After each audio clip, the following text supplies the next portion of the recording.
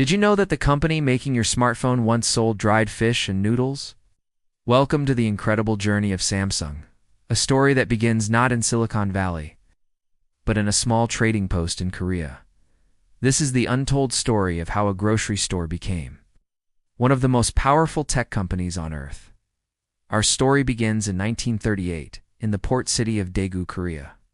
A young entrepreneur named Lee Byung-chul had $40 in a dream. He opened Samsung Sangho, a small trading company. The name Samsung means 3 stars in Korean, symbolizing something big, powerful, and everlasting. But Samsung didn't sell electronics, they sold groceries, dried fish, vegetables, noodles, and fruit. Lee was a shrewd businessman who understood one fundamental principle: give people what they need and grow from there. For over a decade, Samsung remained a modest trading company, surviving through World War II and its aftermath.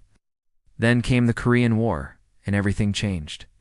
The war devastated the country, but Lee saw opportunity in rebuilding.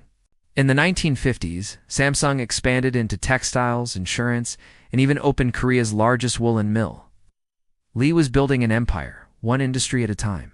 The real transformation began in 1969, when Lee made a decision that would change everything. Samsung would enter the electronics industry, an audacious move for a developing nation.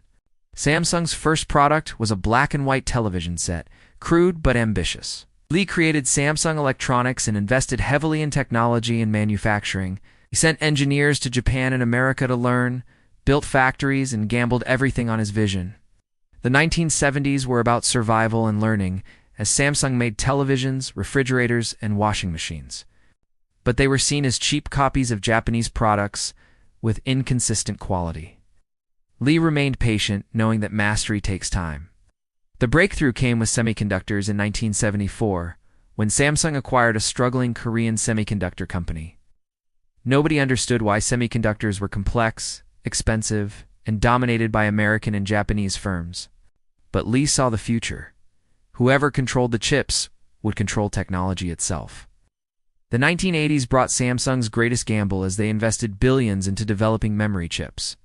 DRAM became their obsession, a risky bet that required massive capital and years before profitability. Competitors laughed and analysts predicted failure. But Samsung had a secret weapon: relentless determination.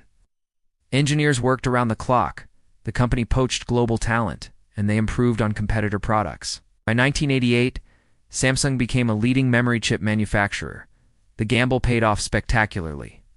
Then in 1993 came another turning point with Chairman Kun-hee, the founder's son. He held up Samsung products and compared them to Sony's. The difference was embarrassing.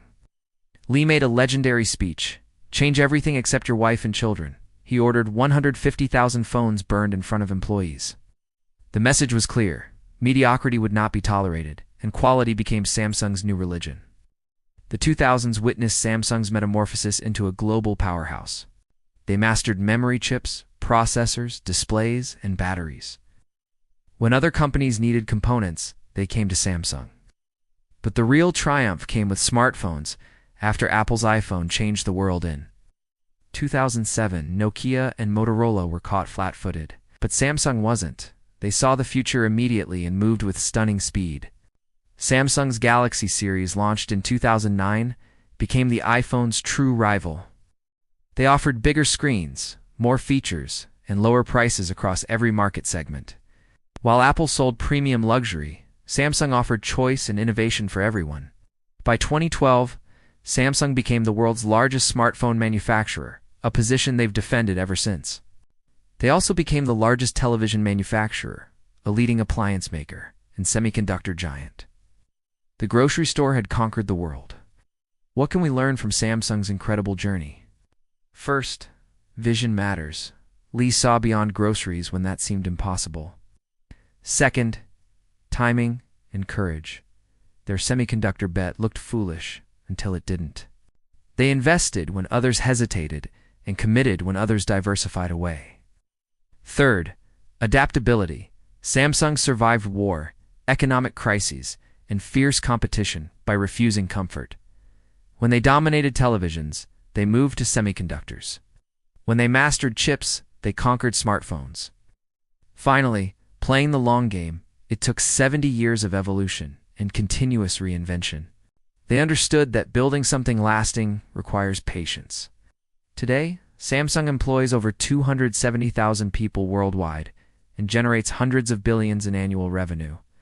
They're pioneers in 5G, foldable phones, and the next generation of technology. The next time you look at your phone or television, remember, inside are probably Samsung components. The 3 stars that once hung above a grocery store in Daegu now shine across the entire tech universe, from dried fish to semiconductors. This is Samsung.